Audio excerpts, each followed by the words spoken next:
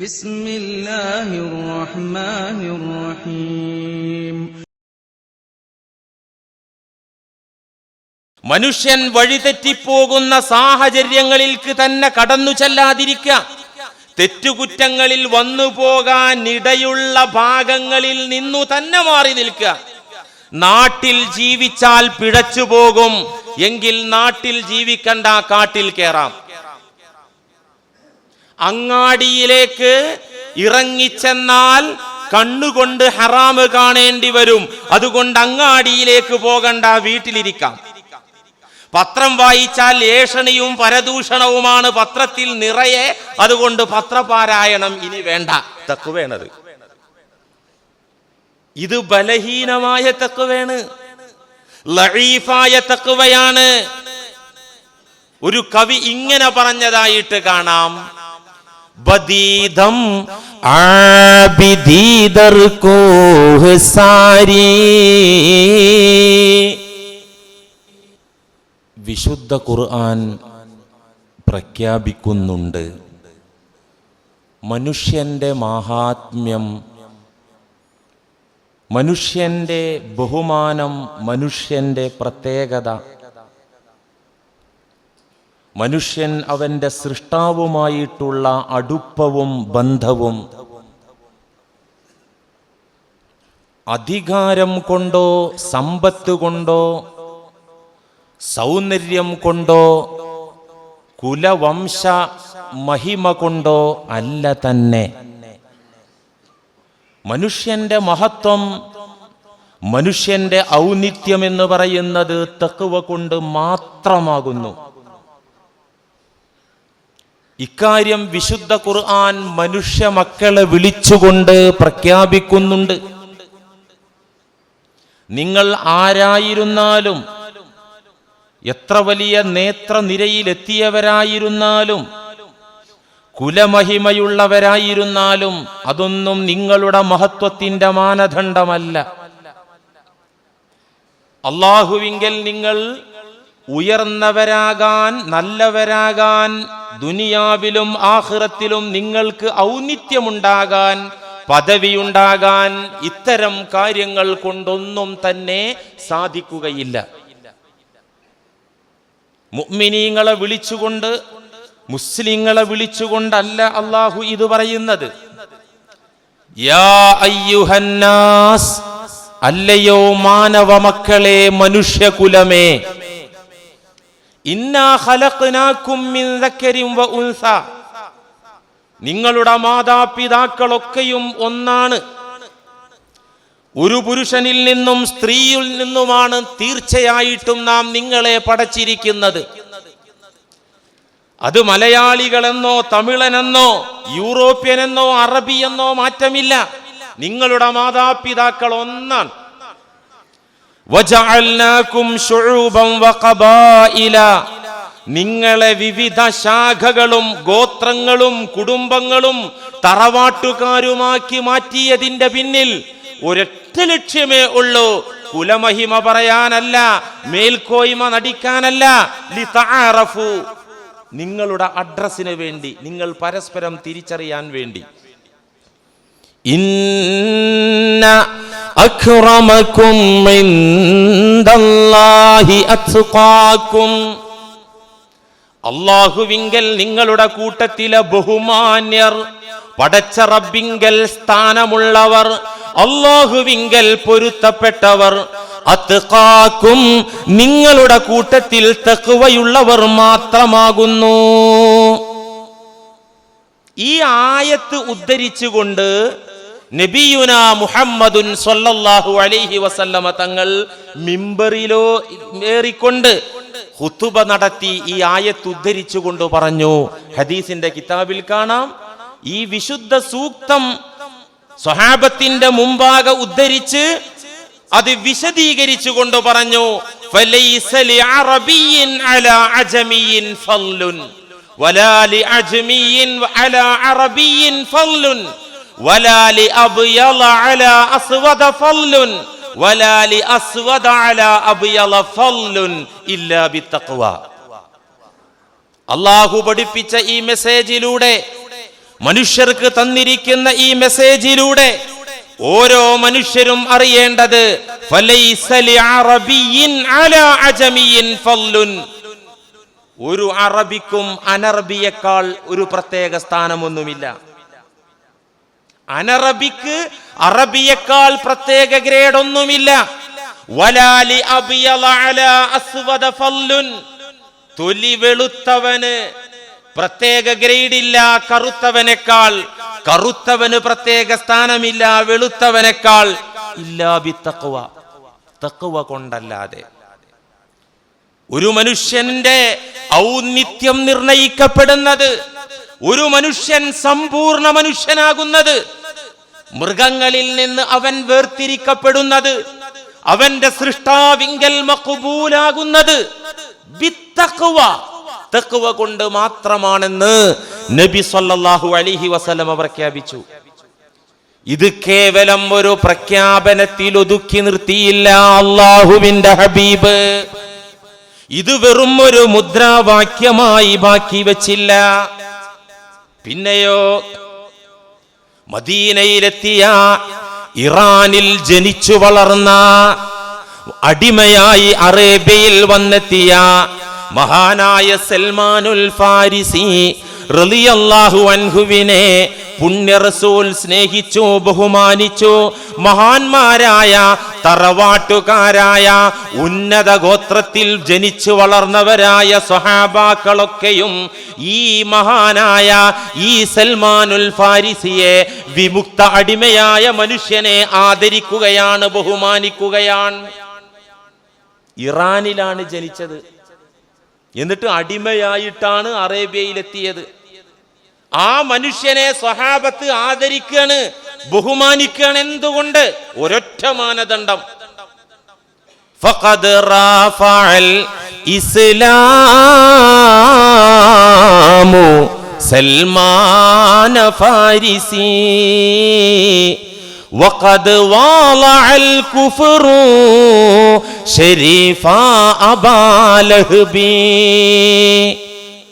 വിമുക്ത അടിമയായ, മുമ്പ് കാലത്ത് അടിമയായ, അറേബ്യക്ക് പുറത്ത് ജനിച്ചു വളർന്ന, വെറും അഭയാർത്ഥിയായി അറേബ്യൻ മണ്ണിൽ വന്നണഞ്ഞ സൽമാനുൽ ഫാരിസിയെ ഉയർത്തി വളർത്തി മഹാനാക്കി മാറ്റി അൽ ഇസ്ലാം, ഇസ്ലാം എന്ന പ്രത്യയ ശാസ്ത്രം. ആ ഇസ്ലാമിലെ തഖ്വ എന്ന് പറയുന്ന ഗുണം സൽമാനുൽ ഫാരിസിയെ വളർത്തിയെങ്കിൽ, ഉയർത്തിയെങ്കിൽ, വഖദ് വാളഅൽ കുഫ്റു ശരീഫാ അബാ ലഹബി. അബൂ ലഹബാര ഖുറൈശി തറവാട്ടുകാരനാ. അബ്ദുൽ മുത്തലിബ് മക്കാ നേതാവ്, ഖുറൈശി നേതാവ്. അബ്ദുൽ മുത്തലിബിന്റെ ഓമന മകനാണ്. പുണ്യ റസൂലിന്റെ പിതൃവ്യനാണ് അബൂ ലഹബ്. ഇങ്ങനെയുള്ള ഷരീഫായ കുലത്തിൽ ജനിച്ച, തറവാട്ടിൽ ജനിച്ച അബൂ ലഹബിനെ ഇകഴ്ത്തിക്കളഞ്ഞു, തരം താഴ്ത്തിക്കളഞ്ഞു. എന്ത്? അൽ കുഫർ, നിഷേധ മനോഭാവം, തഖ്വയുടെ അഭാവം അബൂ ലഹബിനെ താഴ്ത്തി വെച്ചു. എങ്കിൽ ഇസ്ലാമിന്റെയും തഖ്വയുടെയും നേട്ടം കൊണ്ട് സൽമാനുൽ ഫാരിസി എന്ന് പറഞ്ഞ വിമുക്ത അടിമയായ മനുഷ്യൻ ഇസ്ലാമിക ചരിത്രത്തിൽ ഉയർന്നു വന്നു. എന്താ സൽമാനുൽ ഫാരിസിയുടെ ക്വാളിറ്റി? അറബികളൊക്കെ കുലമഹിമ പറയുന്നവരാ. നമ്മുടെ തറവാട് മേന്മ പറച്ചിൽ പോലെയല്ല, അതിനേക്കാൾ കടന്ന പറച്ചിലാണ് അറബികൾക്ക്, അല്ലേ? ഇന്ന അബാഹ വ അബാഅബാഹ ഖദ് ബാലഗാ ഫിൽ മജ്തി ഗായതാഹ. ഒരു അറബിയുടെ കവിതയാണ്. എൻ്റെ കെട്ടിയോള തന്ത, അവള തന്ത, അവള തന്ത, ഖദ് ബലഗ, അവരൊക്കെ എത്തിയിട്ടുണ്ട്, ഫിൽ മജ്തി, മഹത്വത്തിൽ, ഗായതഹ, അതിന്റെ അത്യുന്നത മണ്ഡലങ്ങളിൽ.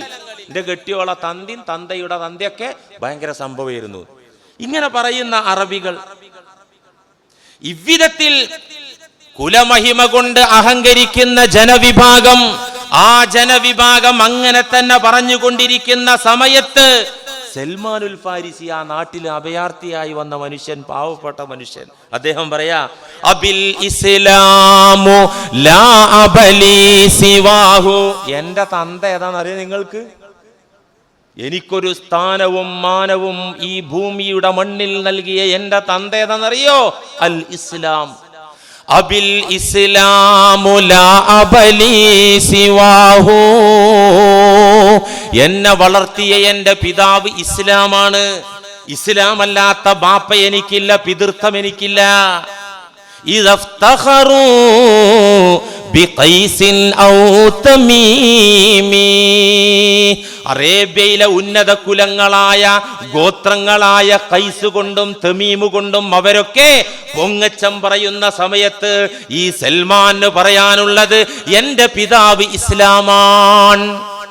അതുകൊണ്ട് അന്നും ഇന്നും എന്നും മനുഷ്യന് മഹാനാക്കുന്നത്, മനുഷ്യനെ അവന്റെ സൃഷ്ടാവിങ്കൽ ഉന്നതനാക്കുന്നത്, സ്വീകാര്യനാക്കുന്നത് തഖ്വ എന്ന ഒരു പോയിന്റ് കൊണ്ടാണ്.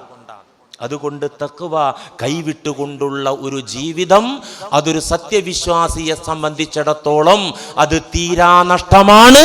ഇഹപര ജീവിത പരാജയത്തിന്റെ നഷ്ടത്തിന്റെ നിദാനമായ അടിസ്ഥാനമായ കാരണമാകും. അതുകൊണ്ടാണ് തഖ്വ ഒരു മർമ്മപ്രധാന വിഷയമായത്. ഈ വിഷയം പറഞ്ഞ് അവസാനിപ്പിക്കുന്നതിൻ്റെ മുമ്പ് ഒരു വസ്തുത കൂടെ നിങ്ങൾ അറിയണം. തഖ്വ രണ്ട് തരമുണ്ട്. തഖ്വ രണ്ട് തരത്തിൽ തഖ്വയുണ്ട്. ഒന്ന് ളുഅഫിന്റെ തഖ്വ, മറ്റൊന്ന് ഖുവ്വത്തിന്റെ തഖ്വ. അഥവാ ഒന്ന് ബലഹീനമായ, ബലം കുറഞ്ഞ, ശക്തി കുറഞ്ഞ തഖ്വ, മറ്റൊന്ന് പവർഫുൾ തഖ്വ, നല്ല കരുത്തുറ്റ തഖ്വ. എന്താണ് ഈ ബലഹീനമായ തഖ്വ? ളുഅഫിന്റെ തഖ്വ, വീക്ക്നെസ് ഉള്ള തഖ്വ. അതെന്താണ്? ഇന്നിപ്പോ സാധാരണ മുസ്ലിം സമൂഹത്തിനിടയിൽ സൂക്ഷ്മത, തഖ്വ എന്നൊക്കെ പറയുന്നത് ഈ തഖ്വയെ കുറിച്ച് മാത്രമായി പരിമിതപ്പെട്ടു.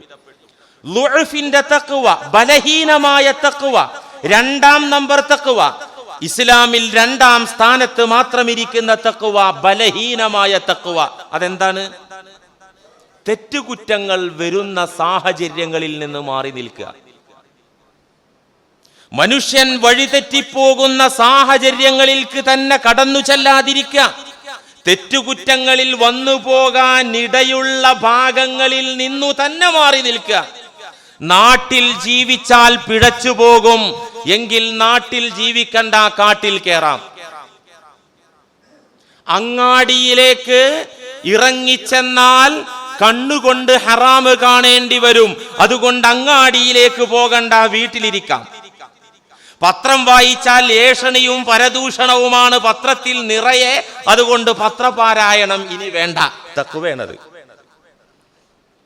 ഇത് ബലഹീനമായ തഖ്വയാണ്, ലഈഫായ തഖ്വയാണ്. ഒരു കവി ഇങ്ങനെ പറഞ്ഞതായിട്ട് കാണാം: ബദീദം ആബിദീദർ കോഹ് സാരി ഖനാഅത്ത് കർ ദേ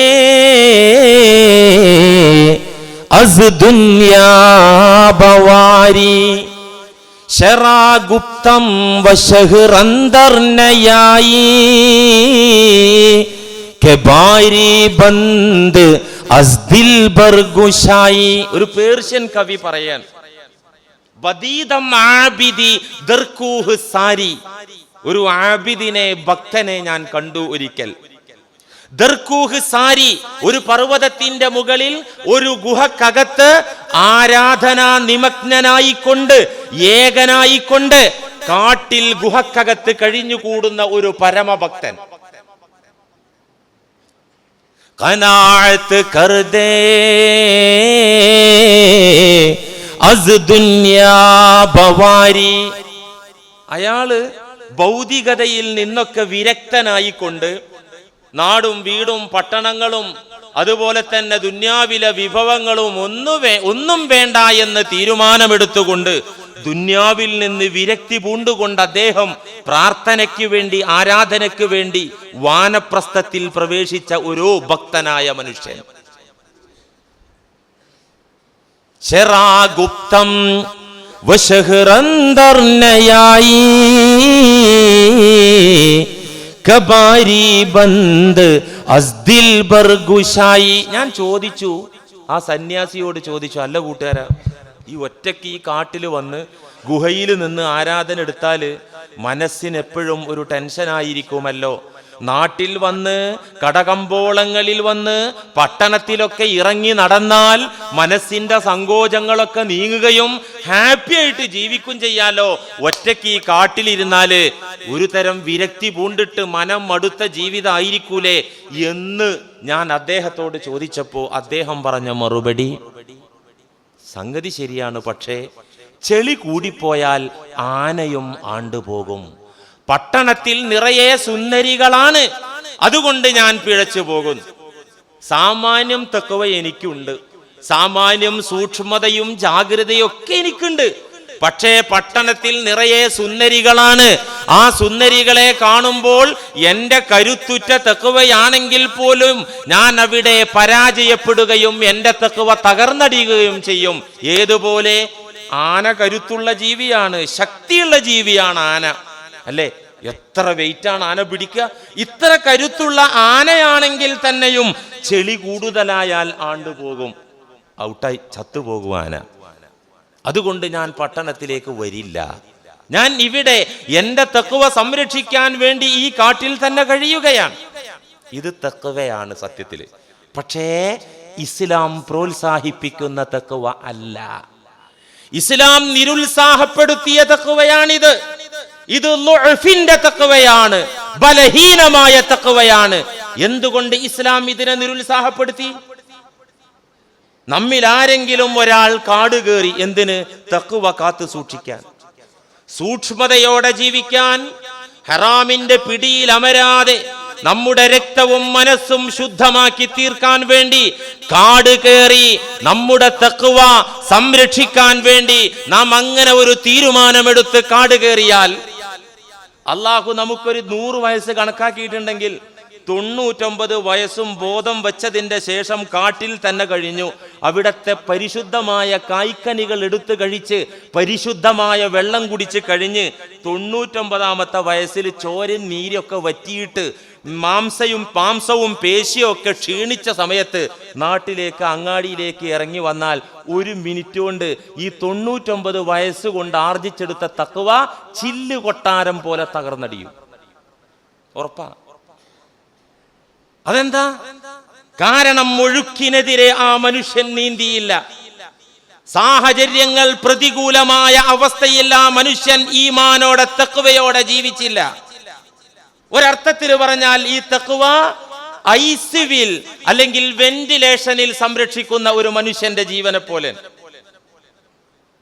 നല്ല പ്രതിരോധ ശേഷിയുള്ള ഒരാളാണെങ്കിൽ ഏത് പകർച്ചവ്യാധികളിടത്തും പോകാം. പ്രതിരോധ കുത്തിവെപ്പും അതിനു വേണ്ട രക്ഷാ കവചങ്ങളൊക്കെ ഉള്ള ഒരു വ്യക്തിയാണെങ്കിൽ ഏത് നിപ വൈറസ് ഉള്ള മേഖലയിലേക്കും കടന്നു ചെല്ലാം. പ്രതിരോധ ശേഷി ഇല്ലാത്തവനോ അവിടെ കയറി ചെന്നാൽ രോഗാണുക്കൾ കയറിയടിക്കും. അങ്ങനെയാണല്ലോ. ഇതുപോലെ പ്രതികൂല സാഹചര്യങ്ങളിലേക്ക് കയറി ചെന്നാൽ ഉടനെ തന്നെ തകരുന്ന തഖ്വയെ വാനപ്രസ്ഥമെന്ന ജനങ്ങളിൽ നിന്ന്, പട്ടണത്തിൽ നിന്ന്, നാട്ടിൽ നിന്ന് അകന്നു നിന്നുകൊണ്ടുള്ള ഈ തഖ്വയുണ്ടല്ലോ, വെന്റിലേറ്ററിലിട്ട് സംരക്ഷിക്കുന്ന തഖ്വയാണ്. പുറത്തേക്ക് ഇറങ്ങിയാൽ ഐസിയുവിലുള്ള രോഗിയെ ഡോക്ടർ പറയും സന്ദർശകർ വരാൻ പാടില്ല. എന്താ കാരണം? അണുബാധ ഏൽക്കാൻ സാഹചര്യം കൂടുതലാണ്. ഇவ்விധത്തിലുള്ള തഖ്വയാണത്. അതുകൊണ്ട് ഒരാളോടും കാട് കയറാൻ, നാട് വിട്ട് സമൂഹത്തിൽ നിന്ന് അകന്ന് ജീവിക്കാൻ നബി സല്ലല്ലാഹു അലൈഹി വസല്ലമ തങ്ങൾ പ്രേരിപ്പിക്കുകയോ പ്രോത്സാഹിപ്പിക്കുകയോ ചെയ്തിട്ടില്ല. ഇസ്ലാമിൽ ഇത്തരത്തിലുള്ള സന്യാസത്തെ നിരാകരിക്കുകയാണ്, നിരുത്സാഹപ്പെടുത്തുകയാണ് പുണ്യ റസൂൽ സല്ലല്ലാഹു അലൈഹി വസല്ലമ തങ്ങൾ ചെയ്തത്. ചരിത്രത്തിൽ ഇങ്ങനെയുള്ള ഭക്തന്മാർ വന്നിട്ടുണ്ട്, ഇഷ്ടം പോലെ വന്നിട്ടുണ്ട്. ഒരു ഭക്തിയായ സൂഫി വര്യന്റെ കവിത മലയാളത്തിൽ ഇவ்விധത്തിൽ കാണാം. അദ്ദേഹം പറഞ്ഞു, എല്ലാ തെറ്റിന്റെയും കുറ്റത്തിന്റെയും അടിസ്ഥാന കാരണക്കാരൻ കണ്ണാണ്. കണ്ണ്, ഈ കണ്ണാണ് സ്റ്റാർട്ടിങ്. ലൈംഗിക കുറ്റമാകട്ടെ, മോഷണ കുറ്റമാകട്ടെ, ഏഷണി പറച്ചിലാകട്ടെ. ഏഷണി പറയാൻ അതിന് പറ്റുന്ന ഒരാളെ കണ്ണുകൊണ്ട് കാണണ്ടേ?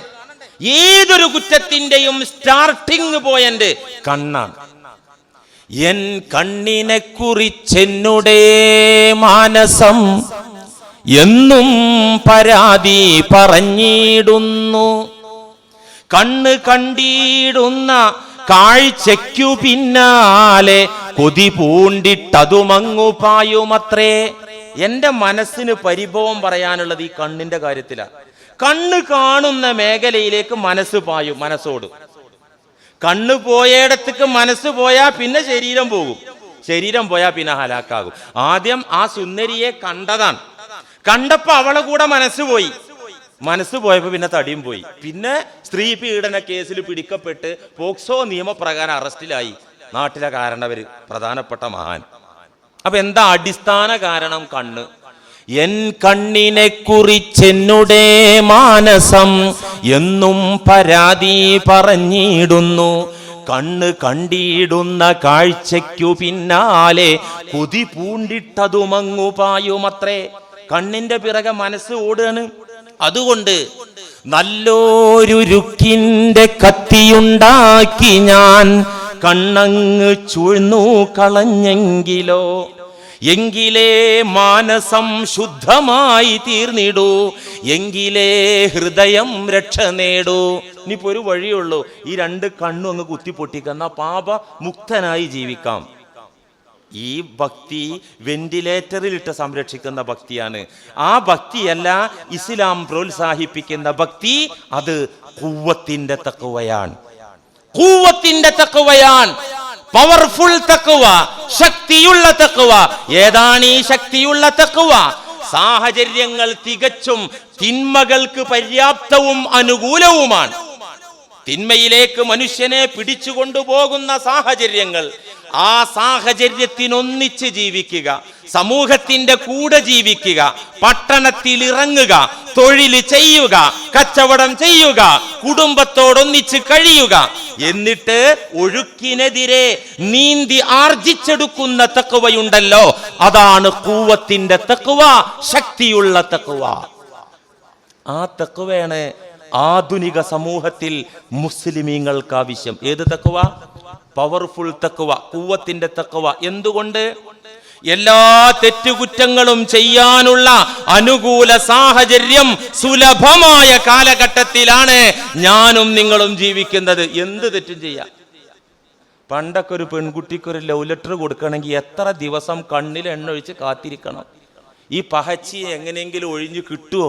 പുസ്തകത്തിൻ്റെ ഉള്ളിലോ പോക്കറ്റിലോ ഈ ലെറ്റർ ഇട്ടിട്ട് കാത്തു നിന്ന് ദിവസങ്ങളോളം കഴിഞ്ഞിട്ട് അവൾക്ക് കൈമാറിയപ്പോൾ കൊളായി കണ്ടു, 4 ആൾ കണ്ടു, അല്ലെങ്കിൽ ഒരാൾ കണ്ടു. ഇന്ന് ഇവളും അവനും കൂടി അറിയില്ല. ആ നിലക്കല്ലേ മെസ്സേജ്? മനുഷ്യർക്ക് പിഴച്ചു പോകാൻ എല്ലാ സാഹചര്യങ്ങളും ഉണ്ട്.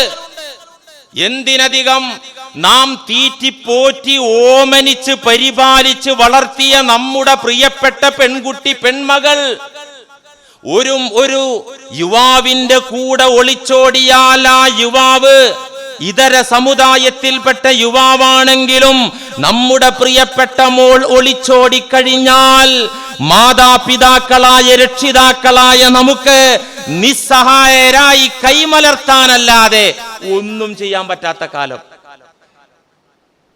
നമ്മുടെ ആൺമക്കൾ, പ്രായപൂർത്തിയായ ആൺകുട്ടികള്, നമുക്കൊരുപാട് പ്രതീക്ഷകളും സ്വപ്നങ്ങളുണ്ട് അവന്റെ ജീവിതം എങ്ങനെയായിരിക്കണമെന്ന്. ഒരു സുപ്രഭാതത്തിൽ ഒരു പെൺകുട്ടിയുമായി, ഒരു പെൺകുട്ടിയുടെ കൈ പിടിച്ചുകൊണ്ട് നമ്മുടെ യുവാവായ നമ്മുടെ ആൺമകൻ നമ്മുടെ വീട്ടിലേക്ക് അവളെയും കൂട്ടി കടന്നു വന്നാൽ അരുത് എന്ന് പറഞ്ഞ് അവരെ രണ്ടുപേരെയും 2 വഴിക്ക് വിടാൻ ഇവിടത്തെ നിയമം അനുവദിക്കുന്നില്ല എന്ന് മാത്രമല്ല, അവർക്ക് 2 പേർക്കും ഒരുമിക്കാനുള്ള നിയമമാണ് ഓൾറെഡി ഈ രാജ്യത്ത് നിലവിലുള്ളത്. അല്ലേ? എന്ത് ചെയ്യാൻ പറ്റും? അന്യരായ സ്ത്രീ പുരുഷന്മാർ പാർക്കിലോ ലോഡ്ജിലോ അല്ലെങ്കിൽ ഓപ്പൺ പ്ലേസിലോ അവർ ഒരുമിച്ച് കഴിയുന്നതും ബന്ധപ്പെടുന്നതും സംസാരിക്കുന്നതും കാണുന്ന നേരത്ത് അതിനെതിരെ ചെറുവിരലനക്കിയാൽ, ഒരു വാക്ക് പറഞ്ഞാൽ നമുക്കൊരു പേര് കിട്ടും, സദാചാര പോലീസ്. അതൊരു നല്ല സ്ഥാനപ്പേരൊന്നുമല്ല. സദാചാര പോലീസ് എന്ന പേരിട്ട മാത്രല്ല, രാജ്യത്തെ കോടതിയും പോലീസും പട്ടാളവും നമുക്കെതിരാണ്. നമുക്കെതിരെ കേസ് വരും. എന്ത്? അന്യരായ സ്ത്രീ പുരുഷന്മാർ അവിഹിതമായ ബന്ധത്തിലേർപ്പെടുന്നതിന് നാവുകൊണ്ട് തടഞ്ഞാൽ മതി, നമ്മൾ കൂട്ടി പോകും. അതാണ് ലോകം. ഇത് പറയുമ്പോ മുസ്ലിയാർ സോഷ്യലിസത്തിനെതിരെ സംസാരിക്കരുത് എന്ന് പറഞ്ഞ ആരും എൻ്റെ നേരെ കണ്ണുരുട്ടരുത്. ഞാൻ ഒരു ഇസത്തിനും കുഴലൂതി എനിക്ക് സംസാരിക്കാൻ പറ്റൂല. ഈ നാട്ടുകാരായ നിങ്ങൾ ശമ്പളം തന്ന് എന്നെ ഇവിടെ നിയമിച്ചത് അള്ളാഹുവിൻ്റെ ദീന് പറയാനാണ്.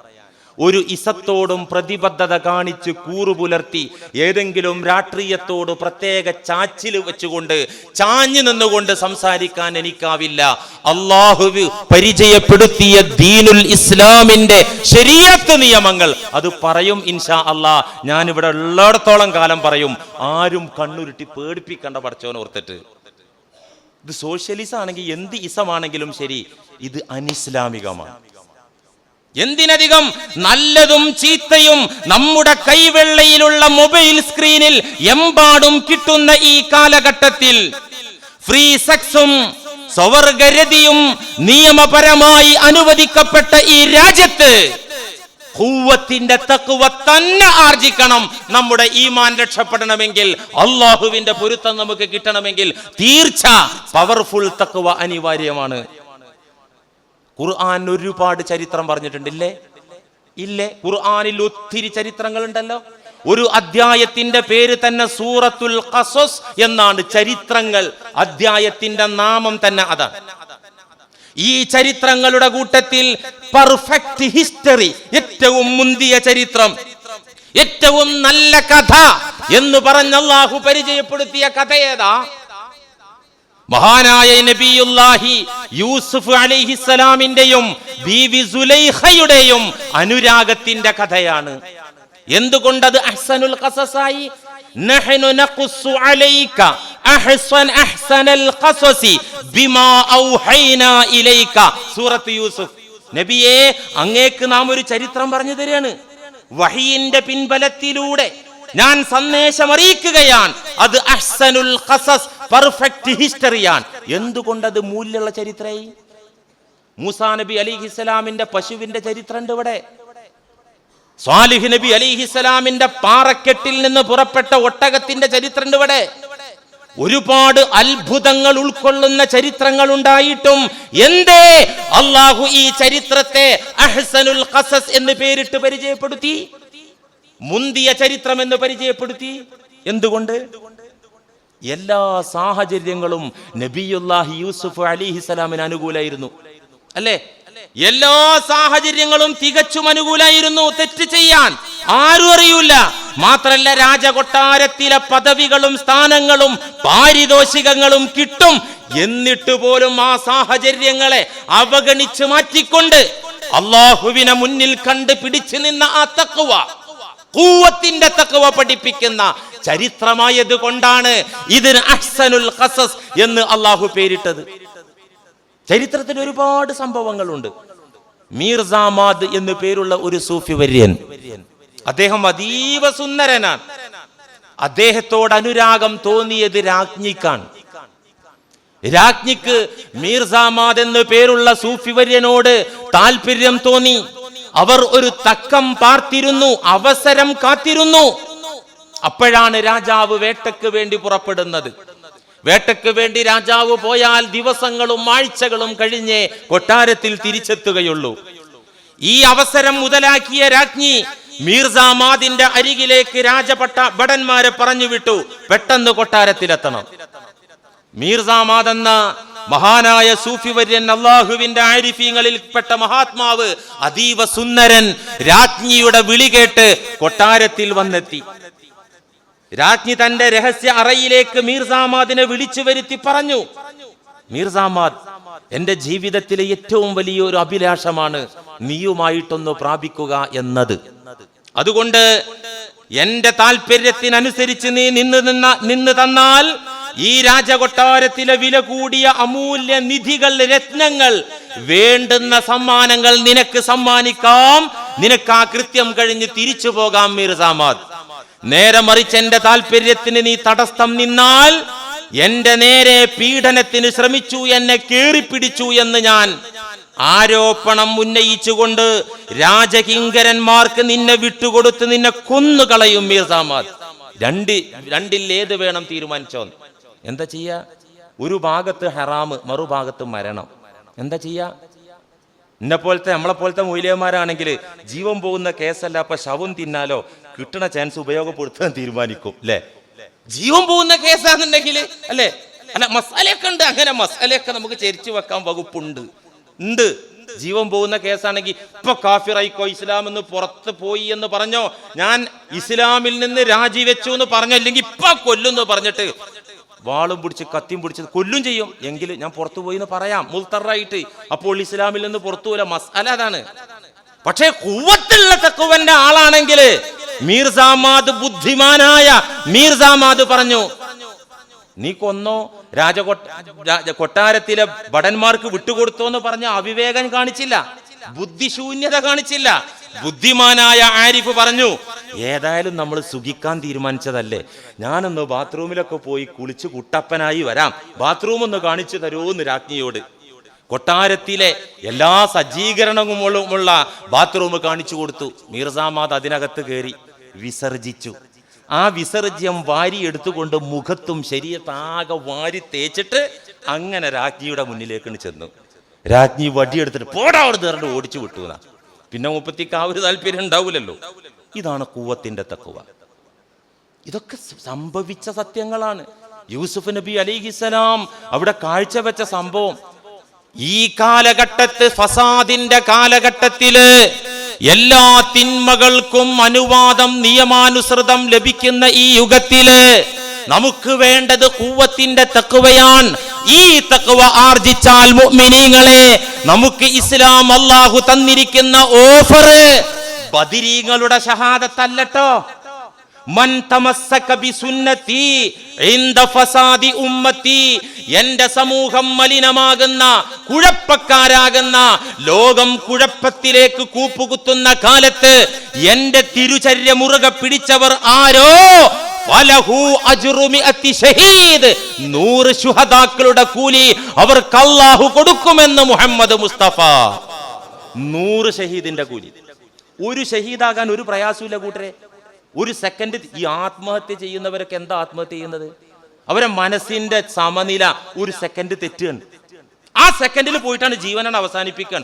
ഇതുപോലെ വഴല് കേട്ടപ്പോ ഒരു ആവേശം, ജീവിതം ഏതായാലും ഒരുക്കം മരിക്കണ്ടേ, മരണം ഉറപ്പാണല്ലോ, ഷഹാദത്തിൽ ഇത്ര പുണ്യൊക്കെ ഉണ്ടല്ലോ, ആ ഒരു വോൾട്ടേജ് 100% ചാർജ് അങ്ങോട്ട് കയറിയ നേരത്തെ പോയിട്ടാണ് പടവ് വെട്ടിയാണ് ചെയ്തായി. ഇതിന് പ്രയാസമില്ല, ഇതിന് പ്രയാസം കുറവാണ്.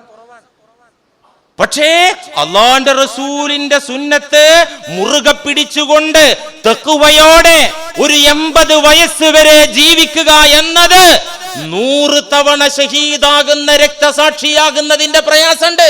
വെറുതെ ചുമ്മാ വാരിക്കൊടുക്കുന്ന കൂലിയല്ലത്, അല്ല.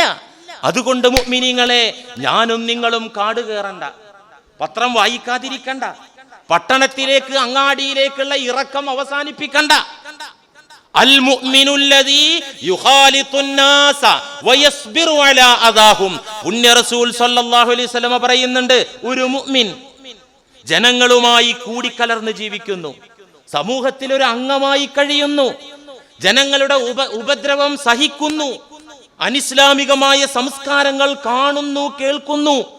ഇങ്ങനെ അവരുടെ കൂട്ടത്തിൽ ഭക്തിയോടെ ജീവിക്കുന്ന ഒരു മുഅ്മിൻ ഖൈറുൻ, അവൻ ഉത്തമനാണ്, അവൻ ഉത്കൃഷ്ടനാണ്, മിനൽ മുഅ്മിനില്ലദീ ലാ യുഖാലിത്തുന്നാസ വലാ യസ്ബിറു അലാ അദാഹും. ഞാൻ പള്ളിയുടെ മൂലയിൽ എഴുത്തിക്കാഫിൽ ഇരിക്കുക, ഞാനല്ല അങ്ങാടിക്ക്, ഞാനില്ല.